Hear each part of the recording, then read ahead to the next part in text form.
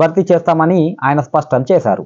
ప్రభుత్వ ఉద్యోగాలకు ఎంపికైన స్టాఫ్ నర్సులకు బుధవారం ఎల్బీ స్టేడియంలో సీఎం నియామక పత్రాలు అందజేశారు. సో సీఎం నియామక పత్రాలు నిన్న అందజేసిన దాంట్లో కూడా ముఖ్యంగా చూసుకుంటే మన తెలంగాణలోని జగిత్యాల జిల్లాకు సంబంధించి మెట్పల్లి మండలంలో ఒకరైతే ఏకంగా 3 ఉద్యోగాలు సంపాదించారు. సో వారికి సంబంధించి కూడా ఒక్కసారి నేను వార్త సో అందులో ప్రధానంగా వచ్చిందో లేదో తెలియదు, కానీ ఇక్కడ కొన్ని పేపర్లు అయితే రావడం జరిగింది. సో నేను కొన్ని పేపర్లో వచ్చిన వార్తలు అయితే మీకు ఒకసారి చదివి వినిపించే ప్రయత్నం చేస్తా.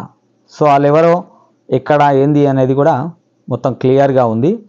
సో మెట్పల్లి యువతికి 3 ప్రభుత్వ ఉద్యోగాలు. మెట్పల్లి యువతికి ఇది అంటే ఎన్లా తెలంగాణ క్రాంతి విలేకరి మెట్పల్లి జనవరి 31.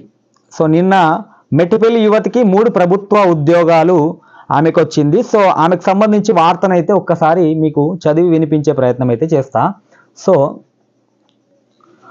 పట్టణంలోని దుబ్బవాడకు చెందిన జట్టి లాస్యకి తెలంగాణ ప్రభుత్వంలో 3 ప్రభుత్వ ఉద్యోగాలు వచ్చాయి. బుధవారం ముఖ్యమంత్రి రేవంత్ రెడ్డి చేతుల మీదుగా హైదరాబాద్లోని ఎల్బీ స్టేడియంలో తెలంగాణ వైద్య ఆరోగ్య శాఖ నుండి నర్సింగ్ ఆఫీసర్గా నియామక పత్రాన్ని అందజేస్తున్నట్లు లాస్య తెలిపారు. ఈ సందర్భంగా లాస్య మాట్లాడుతూ మొదటగా తనకు బాసర జోనల్లో నర్సింగ్ ఆఫీసర్ ఎంట్రన్స్ ఎగ్జామ్లో మొదటి ర్యాంక్ సాధించినట్లు తెలిపారు.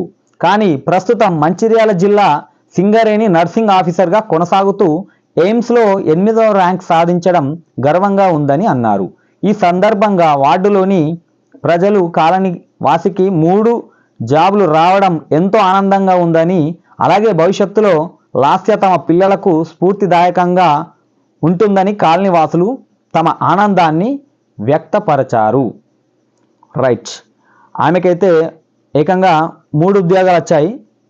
సో 3 ఉద్యోగాలు రావడంతో కాలనీ వాసులు కూడా వారిని అప్రిషియేట్ అయితే చేయడం జరిగింది. ఎందుకంటే వారే అక్కడ ఉన్న పిల్లలకు కానీ వారి పిల్లలకు కానీ స్ఫూర్తిదాయంగా నిలవాలని చెప్పేసి వాళ్ళు అంటున్నటువంటి వార్త. సో ఏదేమైనప్పటికీ 3 జాబులు వచ్చినాయంటే ఆమె నిజంగా అంటే చాలా గ్రేట్. చదువుల తల్లి సరస్వతి అని కూడా అనొచ్చు.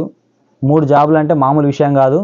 ఇవాళ రేపట్ల ఒక్క జాబ్ రావడానికే నానా తంటాలు పడుతున్న కాలంలో ఏకంగా 3 జాబులు అంటే గర్వించదగిన విషయమే.